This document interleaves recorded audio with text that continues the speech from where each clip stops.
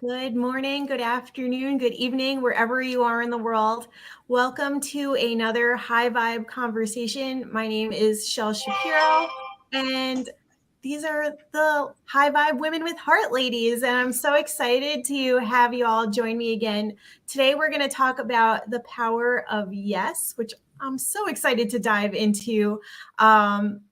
For me, I can honestly say, like, I need to be saying yes more, and I need to be saying no even more than I'm saying yes, so that there's room for more of the genuine yeses that like really feel good. I remember like a year or so ago when we all like first started coming together, maybe even before that. It's been like way more than a year now. And one of the teachings that like really resonated with me so much was, Steena, when you like walked us through like owning our yes and our no and what that felt like in our body. And like it just takes me back to that time. And I feel like anybody who's tuning in can really appreciate that. So I'm just gonna like start right off with you a little bit. Can you take us through what embracing a full body yes and no feels like, or what that looks like, and how to even get to it? Any of those things will do. That's a lot there, I know. So have at it. So I'll start by giving you a little piece of information that when you say yes or you say no, it affects the way that your body works. It affects the electricity that goes through our bodies. And we tend to think that this idea of energy and electricity in our body is like this kind of woo-woo idea, but you've probably all heard of electrolytes that your body needs in, you know, some people get them through like a sports drink. I have like a powder mix that I do. Now we have water that's infused with electrolytes, like the smart water. And it's literally minerals that your body needs in order to be able to conduct electricity through your body, to connect all of your brain and body parts so that you're getting all of the messages sent where they belong. So it's really quite a scientific thing. And so when we're giving an answer to something, when we're saying yes and we're in a full body yes, it strengthens our body. And when something is a no, it will sort of weaken your body or disconnect something for you. And I find that when you are saying no, though, and it is a true no for you and it is a strong no, then that still adds to the strength of your body because it's like you're saying yes to your body's no. Does that make sense? So, so really what it is when you are in tune with and honest with yourself, and then you're living out that honesty, it's creating more strength in your body and it's connecting you back to yourself. We get ourselves in trouble when we're switched, when our polarity is reversed. So we have a feeling of yes and we say no, or we have a feeling of no and we kind of let it happen, or we say yes, or we oblige ourselves to someone else.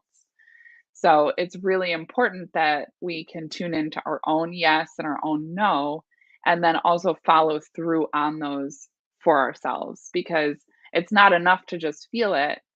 We need to also behave in a way and make decisions in a way that honors that yes and honors that no, which creates a lot of self trust and that feeling of like, I can depend on myself. I can take care of myself. I can trust that when something's a yes, I'm going to say yes, I'm going to act on it. When something's a no, I'm going to say no and I'm going to act on it. And overall, that's a really fantastic feeling to have. Oh my God. Trusting ourselves is so important, right? And like what happens sometimes when we don't trust ourselves, and as you said, like when we say yes when we really want to say no, or when we say no and we really want to say yes, so like it doesn't feel good. Like it's that negative energy just like sits in us wherever that positioning stores in your body. Which can look a little bit different for everybody. But like that negative energy builds up over time and like it just does not feel great. So yeah, thank you for sharing that, because I think a lot of people don't give that the real like credit, and like they don't even think about what's really going on when they say yes or no. They just quickly react and respond. So taking a second to realize where it's coming from and what it feels like can be really, really helpful to like navigate how you even set the course for your day. Yeah. Oh my God. I could keep talking on this, but I know there's so many other ladies here that are eager to share. And so I want to give credit where credit is due. Dort, what's coming up for you when we talk about the power of yes? Well, what Steena Marie said is so true for me, because I was a people pleaser, now recovering very nicely. Thank you very much. And my yeses was not my yeses. I said yes to please everyone else. So they did not sit well with my body. It created the completely wrong energy in my body, and my body reacted by getting sick. So I got very, very ill. I was burnt out and very sick for 7 years, not able to do much. Went on disability and had a lousy quality of life because I did not listen to my body. I didn't say no when I needed to say no, and yes when I needed to say yes. So I learned that the hard way. But now that I can know the difference, now that I can stand in my own power and feel what is right for me, and I'm not afraid to say no, everything has shifted. The energy has shifted. The body is blossoming again. And yeah, it's it's a totally different experience to say yes when I mean yes, not yes because I'm nice or feel I have to. Yeah.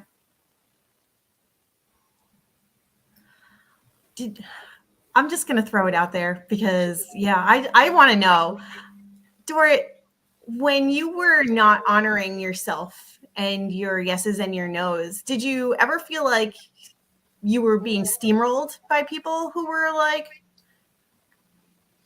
making you feel that like you had to say yes or no to some things? Or did you put that on yourself? I definitely at times felt taken advantage of because everyone knew that I would say yes. So I would say yes to go to all the parent meetings, and I would say yes to the bake sales and all the things that we did for when let me just say we had 5 kids at school, and the schools here in Norway are very much built on what the parents contribute to everything, when it has to do with events and celebrations and everything. It's the parents that do all that. So with 5 kids, I got my list and of things to do. Yeah. So absolutely, everyone knew that. Just give it to Dorit, she'll do it. Yeah. I could so resonate with feeling that way. Linda, that's why you have a pleasure list now, right? That's so that you can authentically say yes to more of the things that feel good, and you don't even have to think about those no's anymore, right? Oh, that's an understatement. Thank you. What a great definition of the pleasure list. Yeah. Like I was so overwhelmed by goals and almost like the shame of not attaining them. So I was dealing with like the perfectionism stuff on top of that. So the day I let go of that was I had asked 16 women I had interviewed if they'd like to do a compilation book. And at the very last minute, I created like a whole new file, and like everything was just perfect. And the very last edits were in there. And it was awesome. Then I forgot I created that file. So I published the book with the last little edits not in it. It's just like I had a crossroads. Not even a crossroads. It was like 2 roads. I could go this way or I could go this way. And it's like, okay, I am not going into, negative stuff. I am just gonna let it go. And that was the day that I let go of my perfectionism, and it felt so freeing. And from there, well, about that time, my husband ended up with open heart surgery, and so we have business together, and my coach was like, okay, so what do you want to do like in the meantime? I'm like, I have no idea. And it's like, you know what, I'm just going to do whatever I want and I'm not going to attach money to it.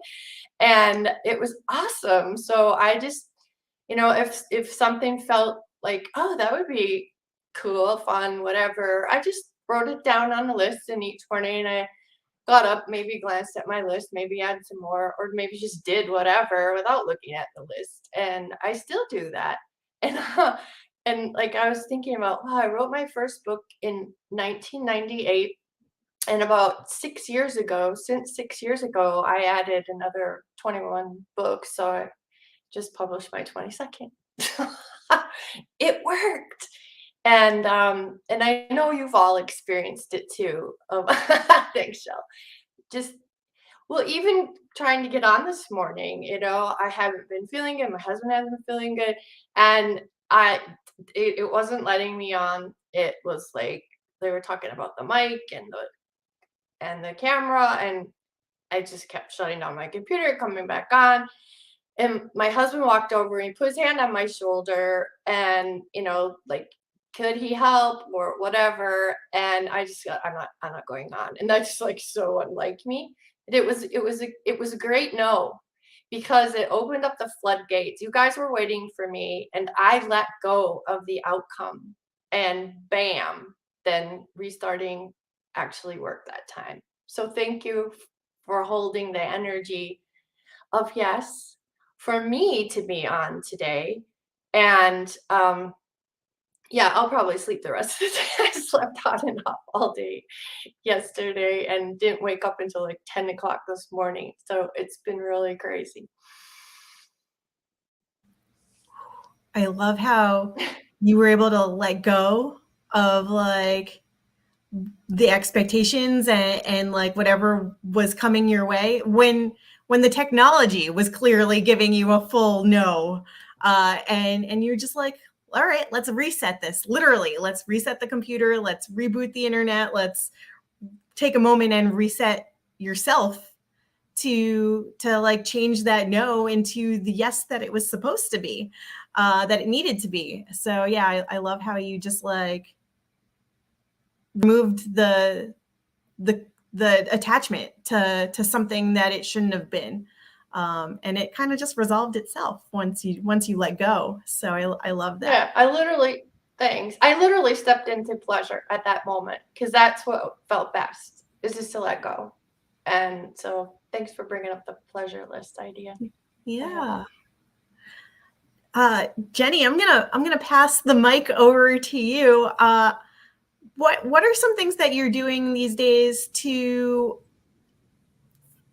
harness your yes, the energy of your yes, and the power of your no as well, especially when it comes to like being super mom and having the kids to look after, not just yourself? Like what is embracing your full-bodied yes and your no look like for you these days? It's both the work that I'm doing with clients and also how that reflects in on my own journey, and especially on my own healing journey. Because I used to be so focused on my no's and that made it so dramatic to say no and to set healthy boundaries. And today, like Linda is teaching, it's all about my yes. It's all about what I'm choosing. It's all about what I decide to enjoy. And just earlier today, kids have been sick. That's life. And that means that I've said no to work from, a couple of days to care for them. And it's so easy for me to keep my focus on the things that I'm saying no to and, be concerned and worried about that. But here I am just turning my eyes towards my children, like they are my yes. They are what I am creating space for, what I am choosing. And like Socrates said that, the secret to change is focusing on the new. turning our focus towards the new. So when I allow them and my yes to fill my mind, there's just no room for anything else. All of these things that I establish boundaries to say no to, it's just like poof. There's just no room. They get to fall off the edge when I choose my peace of mind first.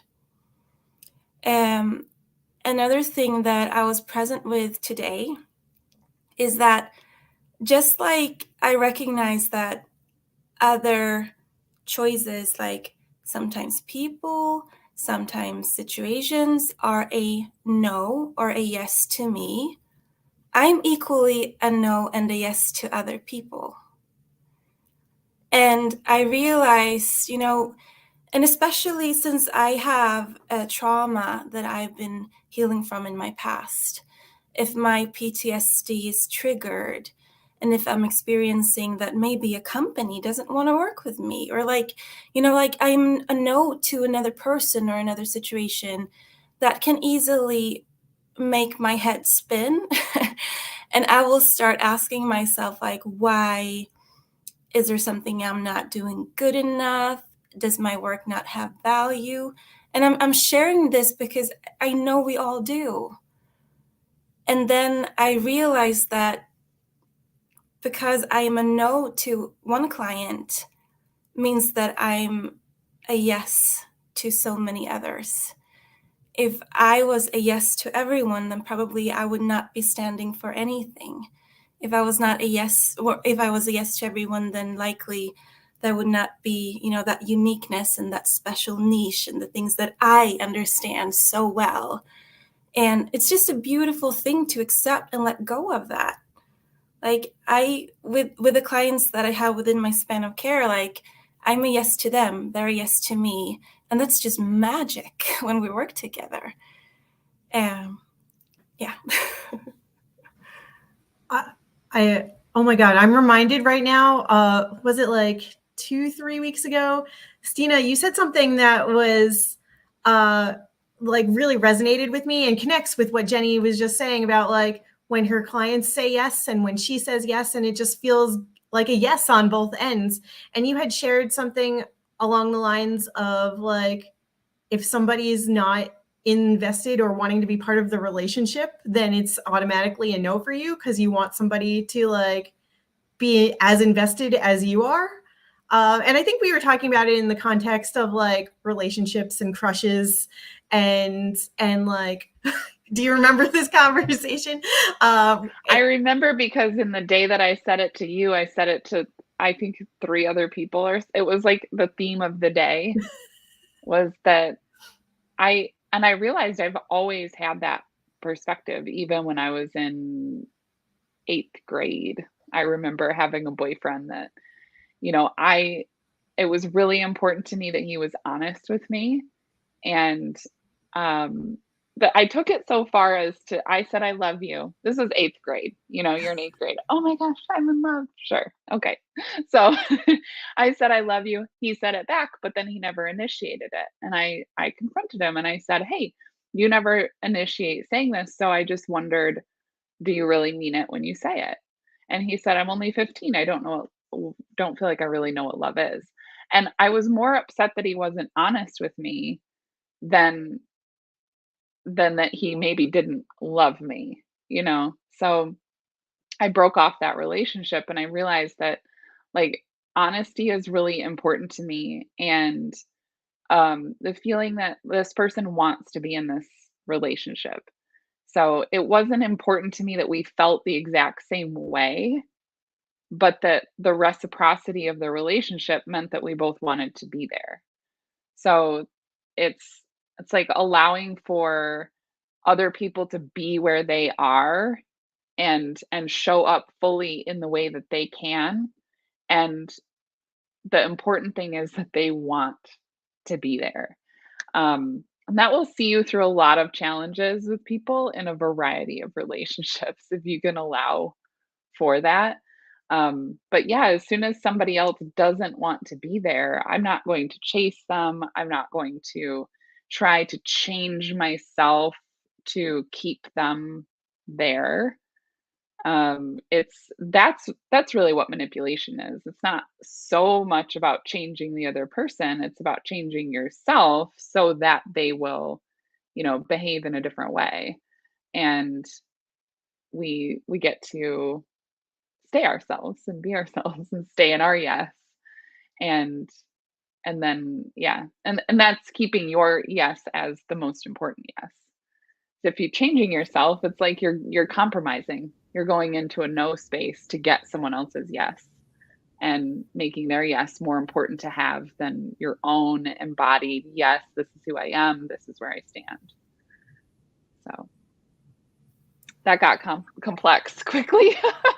Yeah. And in addition to owning your yes or your no, it also leaves space for the other person to have their yes or no too, without putting any pressure on anybody. Jenny, I saw you come off mute. Did you have something that you wanted to add there as well? Yes. Well, and especially going through narcissistic abuse, what happens is that you get so wrapped up in the other person's choices and decisions, what they want. And that causes you to be so confused because you're not present with what do I want? I'm just recognizing that there's neglect or there's abuse or like there's a no, consistent no from this other person. And freeing ourselves and healing isn't coming back to what do I want? Another favorite topic of ours. And that's when we get to discover that many times, actually, I didn't want this either. This is not what I'm choosing for myself. It all comes down to you get to decide, right? Yeah. I'd love to hear Steena's yes, no, yes. That would have been awesome for Dora in the day of like how you actually say no and that you don't have to do that second yes. Do you mind, Steena? I love that teaching from you. Mm-hmm. So it's like a way to kind of like soften your no so that you feel kind giving it to someone. We've talked before about how for somebody to ask you for something, to ask you for help, to ask you to participate in something, takes some level of bravery for a lot of people. Like you can imagine if you're organizing an event, like Dora, you were talking about your kids, if you're the one at the event, you have to go to all these other parents and ask them to help. And like that puts you in a vulnerable position as well. So there's a lot of times where somebody's asking you a question from a really well-intentioned place, and it's not like you want to be like, nope, I'm not doing that. Like we don't want to cut them off or be, we don't need to be unkind with the no.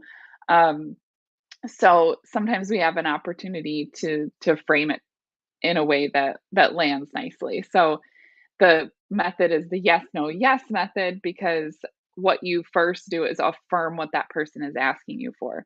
So the easy example is always bake sale. And Dora, you just mentioned bake sale. So, I would come to Dora and say, hey, Dora, we're going to have a bake sale at the school. Can you bring us 3 dozen cookies by Friday? And you may look at your schedule and go, there is no way I'm baking 3 dozen cookies by Friday. It's not happening. And so you can affirm first and say, thank you so much for thinking of me. You know how much I love to bake, right? So like there's some way of affirming the person that has come to you, why they've come to you, what they've come to you for. And then you can say, I won't be able to bake 3 dozen cookies by Friday. I will be at the local coffee shop though, and I'd be happy to hang up a couple of flyers. That's your second yes, which you can do if you want to. You can offer some other way that you could help, what's doable for you. You may be willing to pick up a couple dozen cookies from a local bakery to contribute to the bake sale. Like you may have another way that you're able to help setting up. I'll come set up the table or whatever that is. I'll make sure there's change. Like you can get creative on your own side and go, what would be a yes for me? And then offer that to the other person. And then it's up to them whether or not that, fits with what they're doing. You don't always have to offer another way. And you also don't ever need to explain your life story when you do it. You don't need to tell them everything you have going on between now and Friday that's going to interfere with the cookies. You don't need to like, the only time that I'm like, it's probably wise, like if you have an ill or dying or just past family member, totally fine to let people know, because that may affect other events or things that they would ask you to do. Like, that's fine. But we don't need all of the reasons that you're not going to be able to bake the cookies, because that's how we tend to want to soften our no and make it feel more kind is, well, here's all of the reasons that I can't. Here's all of the more important things. When normally we just don't need to over explain ourselves in that way, because a lot of times it's just a way that we seek approval from other people for our no. So we can stand in our power and say, yes, thank you so much for asking me. I won't be able to do that. Here's what I could do instead, or just, I won't be able to do that. You can say, make sure you check back with me the next time there's a bake sale. We'll see what I can do then, and just, you can leave it like that. Tech is not letting me take myself off mute. Okay, apparently. So struggle there. I love that yes, no, yes example. And just like the whole premise behind it, because it does soften the blow and it takes you out of, as you said, like what may come across as just excuses. If you just start listing all the reasons you can't, or you don't have time, or you just don't want to. And so it just takes all that energy away and just makes it really, really crystal clear, like, this is what I'm capable of offering. If you're offering anything at all, because you don't have to. So I love that. I love that exercise. Yeah. Anybody else have anything to add or share about the energy of yes? It's been such a great topic today. Like I struggle with this. I have one more thing that I would like to add, because I feel like there's this kind of unspoken question of, but what about the things you have to say yes to? Because we've all been in situations where, whether it's with your children or in a job or with a client, like there are things that you need to do. Like, I don't really feel like saying yes when my daughter like threw up all over the backseat of my car. Like, this is not a yes for me. I am not happy about this, or like Jenny staying home with her kids, and like even sometimes it might be volunteering for a school thing or whatever, where you may not actually feel like super jazzed to say yes to this thing. And it may kind of feel like an obligation that you have to take care of your kids or you have to cook dinner. And so I have found it to be very important to have my priorities in mind and my values, because I value the relationship that I have with my children. I value investing in them. And so sometimes there might be something that I do feel obliged to do it. I do feel like I have to say yes to it. And at the same time, cooking dinner every night may feel like an obligation, but preparing healthy foods for my family, nourishing my family, keeping my family healthy, bringing my family together every evening around the dinner table, like those are things I really care about. And that's where I keep myself when I'm doing those things that are like less fun in the moment, where you're not just like, yes, this is a yes for me, and I'm going to go cook dinner, and this yes energy. It's remembering the bigger yes. Why am I doing this thing? Because I want to bring my family together, because I want to provide really healthy food for my kids and for myself. And I know how good that feels. So there's also sometimes where you don't necessarily get to quote unquote honor your no because you don't really want to do it in the moment. But that's what discipline is for, like discipline to our values, our priorities, our pleasure, is coming back to those like foundational yeses that we have too. And that leaves room. Yep. Oh, Oh, I used to think of that as discipline, and that was like such a big thing in coaching, or like even in the church, you work on your discipline, and I changed that to looking at that word discipline.